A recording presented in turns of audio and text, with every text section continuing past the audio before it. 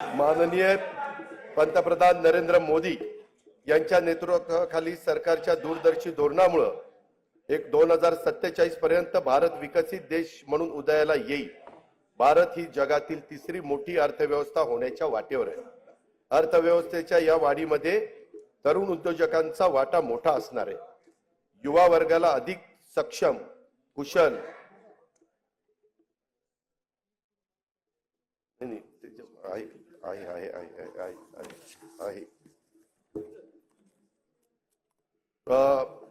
विकसित भारत ही जगातील तिसरी मोठी अर्थव्यवस्था होण्याच्या वाटेवर आहे। अर्थव्यवस्थेच्या या वाढीमध्ये तरुण उद्योजकांना वाटा मोठा असणार आहे। युवा वर्गाला अधिक सक्षम व कुशल आणि तंत्रस्नेही करण्यासाठी कौशल्य उद्योजकता विकासाच्या तसेच आर्थिक पाठबळ देण्याबाबत योजना सुरू आहेत। त्या अधिक परिणामकारक राबवण्याचा तसेच नवीन योजना सुरू करण्याचा शासनाचा मानस आहे। मी आता युवा वर्गासाठीच्या योजनांच्याकडे सभागृहाचं लक्ष वेधतो। राज्यातील विविध शैक्षणिक संस्थांच्या मधून दरवर्षी 11 लाख विद्यार्थी पदविका, पदवी, पदव्युत्तर परीक्षा उत्तीर्ण होतात। प्रमाणपत्र व अल्प मुदतीत अभ्यासक्रम पूर्ण करणाऱ्या विद्यार्थ्यांची संख्या देखील मोठी असते। औद्योगिक आणि बिगर औद्योगिक आस्थापनांमध्ये प्रत्यक्ष कामाद्वारे प्रशिक्षण घेतल्यास गरजू युवकांना रोजगाराची संधी तसेच उद्योगांना प्रशिक्षित मनुष्यबळ उपलब्ध व्हावे या उद्देशाने दरवर्षी 10 लाख तरुण तरुणींना प्रत्यक्ष कामावरील प्रशिक्षण देण्यासाठी मुख्यमंत्री युवा कार्य प्रशिक्षण योजना मी जाहीर करीत आहे। या योजनेअंतर्गत शासनामार्फत प्रति प्रशिक्षणार्थी दरमहा 10,000 रुपये प्रमाणे विद्यावेतन देण्यात येईल। त्यासाठी दरवर्षी 10,000 कोटी रुपयाचा खर्च अपेक्षित आहे। शासनाच्या योजनांची माहिती जनतेपर्यंत पोहोचवण्यासाठी दरवर्षी 50,000 युवकांना कार्य प्रशिक्षण देण्यात येईल। जागतिक बँक सहाय्यित 2,307 कोटी रुपये किमतीच्या मानवी विकासासाठी उपयोजित ज्ञान आणि कौशल्य विकास प्रकल्पांतर्गत 500 औद्योगिक प्रशिक्षण संस्थांची दर्जा वाढ तसेच मॉडेल ITI, जागतिक कौशल्य केंद्र, महाराष्ट्र राज्य कौशल्य विद्यापीठ, डेटा सेंटर अशा विविध संस्थांचे बळकटीकरण आणि उद्योजकता विकास कार्यक्रम राबवण्यात येणार आहे। मुंबई, पुणे, नागपूर, अमरावती, यवतमाळ, कोल्हापूर, छत्रपती संभाजीनगर, कराड जिल्हा सातारा, अवसारी खुर्द जिल्हा पुणे येथील तंत्र शिक्षण संस्थांच्या मध्ये सेंटर ऑफ एक्सलन्स स्थापन करण्यास मान्यता देण्यात आली आहे। पंडित दीनदयाळ उपाध्याय रोजगार मेळावा व नमो महारोजगार मेळाव्यातून रोजगार इच्छुक युवांना नोकरीची संधी उपलब्ध करून दिल्या जात आहेत। या माध्यमातून सन 2023-24 मध्ये 95,478 उमेदवारांची नोकरीसाठी निवड झाली आहे। स्वामी विवेकानंद आंतरराष्ट्रीय कौशल्य विकास प्रबोधिनी मुंबईत गोवंडी येथे कार्यान्वित झाली आहे।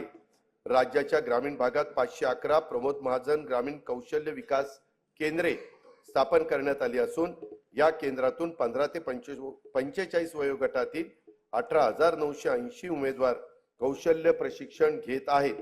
विविध समाज घटकांच्यासाठी रोजगारभिमुख प्रशिक्षण कार्यक्रम तसेच संशोधनाचे काम करण्यासाठी आदिवासी संशोधन प्रशिक्षण संस्था TRTI, डॉक्टर बाबासाहेब आंबेडकर संशोधन व प्रशिक्षण संस्था बार्टी, छत्रपती शाहू महाराज संशोधन व प्रशिक्षण संस्था सारथी, महात्मा ज्योतिबा फुले संशोधन व प्रशिक्षण संस्था महाज्योती, महाराष्ट्र संशोधन व प्रशिक्षण प्रबोधिनी अमृत इत्यादी संस्था काम करतायत। या संस्थांच्या मार्फत एकूण 2,51,393 विद्यार्थ्यांना रोजगारभिमुख प्रशिक्षण देण्यात आले असून त्यापैकी 52,000 विद्यार्थ्यांना नोकरीच्या संधी प्राप्त झालेल्या आहेत। शाश्वत ऊर्जा, आरोग्य तसंच कृषी क्षेत्रात कृत्रिम बुद्धिमत्तेच्या वापराबाबत संशोधनासाठी राज्यातील विद्यापीठ आणि संशोधक यांच्या संयुक्त विद्यमाने संशोधन व नव उपक्रम केंद्रे स्थापित करण्यात आली आहेत। त्यासाठी विद्यापीठ व शासनाकडून प्रत्येकी 50 कोटी रुपये असा 100 कोटी रुपयांचा निधी उपलब्ध करून देण्यात येणार आहे। शबरी आदिवासी वित्त व विकास महामंडळामार्फत राबविण्यात येणाऱ्या स्वयंरोजगार अर्थसहाय्याच्या योजनांच्यासाठी 100 कोटी रुपयाची निधीची तरतूद करण्यात आलेली आहे. अनुसूचित जाती, अनुसूचित जमाती, विमुक्त जाती, भटक्या जमाती, इतर मागासवर्ग, विशेष मागास प्रवर्ग तसेच खुल्या प्रवर्गातील विद्यार्थ्यांना विदेशात उच्च शिक्षणासाठी शिष्यवृत्ती योजना राबवण्यात येत आहे. अल्पसंख्याक समुदायातील विद्यार्थ्यांसाठी देखील सन 2024-25 पासून विदेशी शिक्षणासाठी शिष्यवृत्ती योजना लागू करण्यात आली आहे.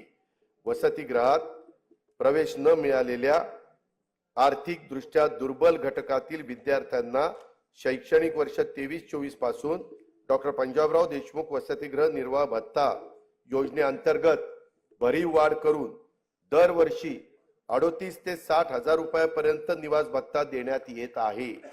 इतर मागासवर्गीय, विमुक्त जाती, भटक्या जमाती आणि विशेष मागास प्रवर्गातील उच्च शिक्षण घेणाऱ्या विद्यार्थ्यांना ज्ञानज्योती सावित्रीबाई फुले आधार योजनेअंतर्गत देखील भरीव वाढ करून दरवर्षी 38,000 ते 60,000 रुपयापर्यंत निवास भत्ता देण्यात येणार आहे. गोपीनाथ मुंडे ऊसतोड कामगार विकास महामंडळामार्फत ऊसतोड कामगारांच्या मुलामुलींच्यासाठी 82 शासकीय वसतिगृह स्थापन करण्यास मंजुरी देण्यात आलेली आहे. राज्यात सध्या 1 लाख लोकसंख्येमागे 84 डॉक्टर आहेत. सन 2035 पर्यंत आपल्याला 1 लाख लोकसंख्येमागे 100हून अधिक डॉक्टर करण्याची साठी वैद्यकीय महाविद्यालयाची प्रवेश क्षमता वाढवणं आवश्यक आहे. त्यासाठी राज्यात विविध ठिकाणी 100 विद्यार्थी प्रवेश क्षमतेची नवीन शासकीय वैद्यकीय महाविद्यालय आणि 430 खाटांचे संलग्न रुग्णालय स्थापन करण्यास मान्यता देण्यात आलेली आहे. त्यात जालना, हिंगोली, धाराशिव, परभणी, नाशिक, जळगाव, अमरावती, बुलढाणा, वाशिम, वर्धा, भंडारा, गडचिरोली, सातारा, अलिबाग, सिंधुदुर्ग, रत्नागिरी, पालघर आणि अंबरनाथ जिल्हा ठाणे या शहरांचा समावेश करण्यात आलेला आहे. मौजे, सावर तालुका म्हसळा, जिल्हा रायगड येथे 100 विद्यार्थी प्रवेश क्षमतेचे नवीन शासकीय युनानी महाविद्यालय स्थापन करण्यास मान्यता देण्यात आली आहे. बुलढाणा जिल्ह्यात नवीन शासकीय आयुर्वेदिक महाविद्यालय स्थापन करण्यात येणार आहे.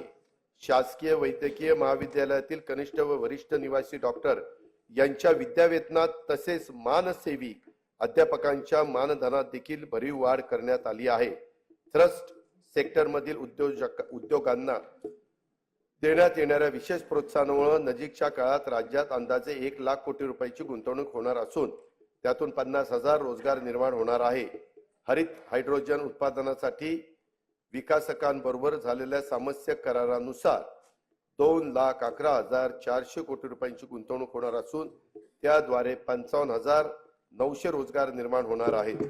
महापे नवी मुंबई येथे 25 एकर जागेत India gems and jewellery park नियोजित आहे. त्यात 2,000 सूक्ष्म, लघु व मध्यम उद्योग घटकांना समावेश असून 50,000 कोटी रुपयाची गुंतवणूक होणार आहे. त्यातून 1 लाख रोजगार निर्माण होतील. एकात्मिक व शाश्वत वस्त्रोद्योग धोरण 2023 ते 28 जाहीर करण्यात आले असून या अंतर्गत 5 वर्षात 25,000 कोटी रुपयांची भरीव गुंतवणूक आणि 5 लाख रोजगार अपेक्षित आहे. कॅप्टिव्ह मार्केट योजनेमुळे सूतगिरणी, यंत्रमाग, प्रोसेसिंग, पॅकिंग तसेच वाहतूक क्षेत्रात मोठ्या प्रमाणात रोजगार निर्माण होणार आहे. खाजगी गुंतवणूक वाढवण्यासाठी लघु वस्त्रोद्योग संकुले तसेच टेक्निकल टेक्सटाईल पार्क उभारण्याचे शासनाने ठरवलेले आहे. सिंधुदुर्ग जिल्ह्यात आंतरराष्ट्रीय दर्जाचे स्कुबा डायव्हिंग केंद्र सुरू करण्यात येणार असून बुडीत जहाजावरील प्रवाळाचे दर्शन हे त्यांचे विशेष आकर्षण असेल. या प्रकल्पासाठी 20 कोटी रुपये खर्च अपेक्षित आहे. त्यातून 800 ते 1000 स्थानिकांना रोजगार उपलब्ध होईल.